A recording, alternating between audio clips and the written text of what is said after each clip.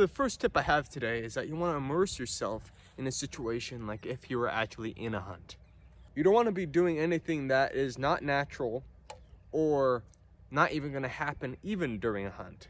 So for example, either if you're in a tree stand, either if you're in a blind, something like that, you want to practice in those situations before going out there in the field.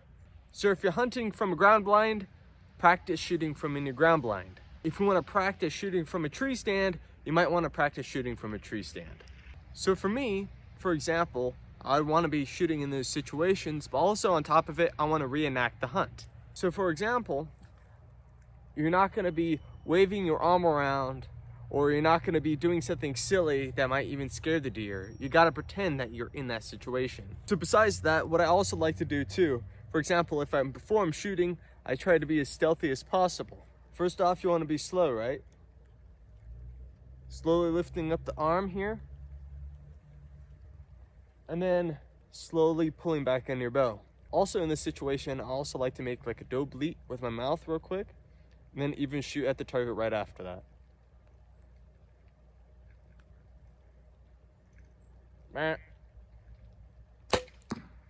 So the second tip I want to talk with you about is also about shooting equipment and how you should prep before going out hunting for deer. So for me, I always love to shoot my field points always before a hunt. And also too, I would always recommend that you should always shoot your broadheads before a hunt. So what you want to make sure is that your broadhead, or when you shoot your broadhead, you want to make sure that you're accurate with that point too. So once you practice with your broadhead and you have simulated your hunt, only thing is left now is execution. So when going out deer hunting, you might have a spot that you've already scouted, you had your trail cams up, and you're ready to hunt that field.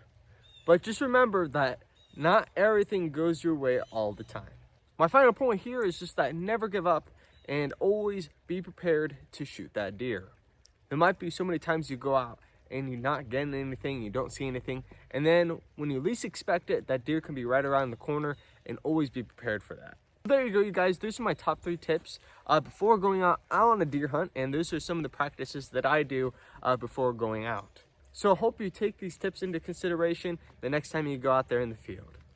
Besides that, I'm Carson. I'm signing out.